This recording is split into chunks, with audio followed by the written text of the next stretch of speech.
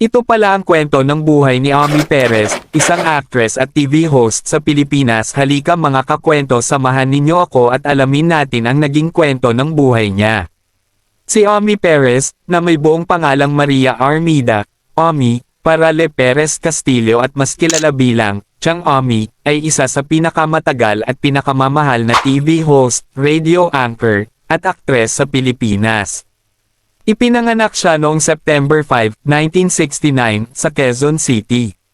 Sa loob ng mahigit 4 na dekada, matagumpay niyang hinarap ang mundo ng showbiz habang pinagdaraanan ang matitinding personal na pagsubok at patuloy na pinapatunayan ang kanyang halaga bilang isang respetadong personalidad sa industriya. Maagang buhay at pinagmulan, 1969 hanggang 1983. Ipinanganak si Omi Perez kina Minerva Castillo at lumaki sa isang kilalang pamilya na may malalim na koneksyon sa industriya ng aliwan sa Pilipinas.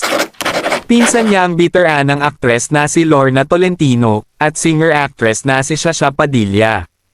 Lumaki siya sa isang mapagmahal at suportadong pamilya kung saan maaga siyang na-expose sa sining at entertainment.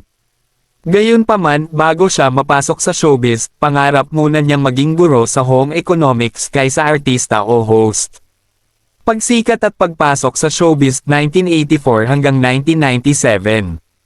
Pumasok si Omi sa entertainment industry noong 1984 nang gawin niya ang kanyang unang acting role sa youth-oriented film na Campus Beat.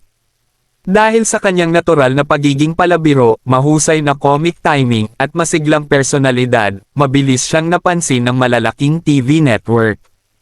Ang panahon ng mga sitcom. Noong 1987, naging bahagi siya ng tanyag na sitcom na Palibhasa Lalaki, sa ABS-CBN.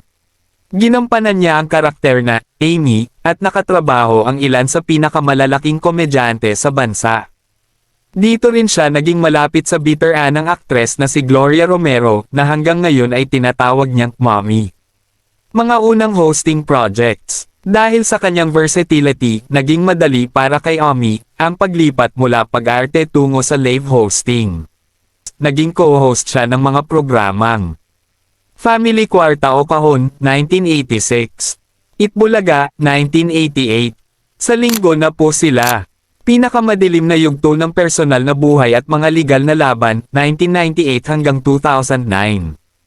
Habang patuloy na lumalakas ang kanyang career bilang isa sa pangunahing host ng sikat na noontime show na Magandang Tanghali Bayan, o MTV noong 1998, dumaan naman si Omi sa napakasakit na pagsubok sa kanyang personal na buhay.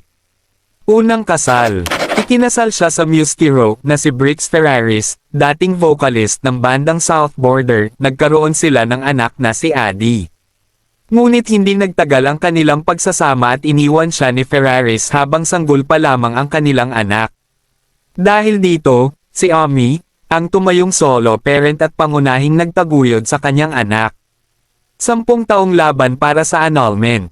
Dahil ilegal pa rin ang divorce sa Pilipinas, napilitan si Omi na dumaan sa napakahabang proseso ng annulment na umabot ng 10 taon. Una pa nga itong ibinasura ng Korte Suprema. Upang tuluyang makalaya sa legal na relasyon, kinailangan niyang gamitin ang dahilan na psychological incapacity, isang proseso na nagdulot sa kanya ng matinding pagod emosyonal at pinansyal. Ang face-to-face era at pagkahanap muli ng pag-ibig, 2010 hanggang 2015.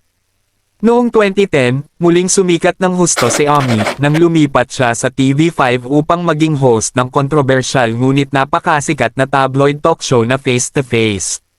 Dahil sa kanyang matapang ngunit makataong paraan ng pagresolba sa mga away pamilya, kapitbahay, at magkarelasyon, tinawag siya ng publiko bilang Chang Omi, isang bansag na nanatili hanggang ngayon. Pagkilala kay Carlo. Isang araw, nagtungo si Omi sa DZMM upang magbigay ng donasyon para sa isang batang may sakit. Doon niya nakilala ang field reporter na si Carlo Castillo na siyang nagbukas ng pinto para sa kanya.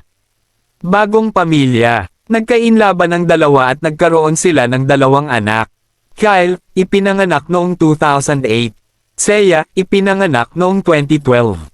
Matapos tuluyang maaprubahan ang kanyang annulment, ikinasal sina Omi at Carlo noong November 12, 2014, sa The Mango Farm sa Antipolo, Kalaunan, legal ding inampon ni Carlo ang panganay niyang anak na si Adi.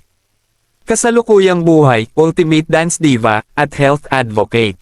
Noong 2016, matagumpay na bumalik si Amy sa ABS-CBN, noon time slot bilang isa sa mga host ng It's Showtime. Sa kasalukuyan, napapanood siya sa iba't ibang platforms at patuloy na nagbibigay saya sa mga manunood sa pamamagitan ng kanyang humor, enerhiya, at nakakatuwang dance performances. Pagsusulong ng health awareness. Ngayong nasa kalagitnaan na siya ng kanyang 50s, bukas niyang ibinabahagi sa publiko ang kanyang karanasan tungkol sa postmenopause upang makatulong sa pagpapalawak ng kaalaman ng kababaihan tungkol sa kalusugan.